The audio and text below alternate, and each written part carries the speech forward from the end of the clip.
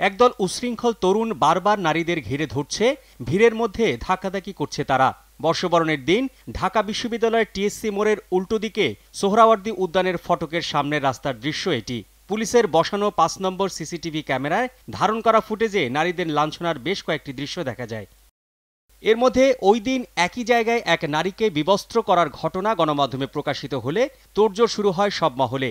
পরে পুলিশ বাদী হয়ে অজ্ঞাতনামাদের আসামি করে একটি মামলা দায়ের করে।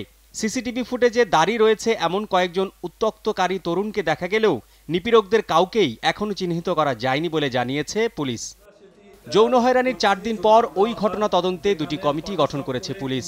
দুটো কমিটি গঠিত হয়েছে, দুই কমিটি কাজ করছে। তবে সিসিটিভি ফুটেজ বিশ্লেষণ করে বর্ষবরণের দিন যৌন হয়রানির ঘটনার জড়িতদের কাউকে এখনো শনাক্ত করা যায়নি বলেও জানায় পুলিশ। এখানে কোনো বিবস্ত্রের ঘটনা ওখানে সংঘটিত হয়নি, এরকম কোনো ফুটেজ আমরা পাইনি। নিগৃহীত কোনো নারী বা কোনো যুবতীকে এখন পর্যন্ত আমরা কারো নাম পরিচয় কিংবা কাউকে আমরা শনাক্ত করতে পারি না।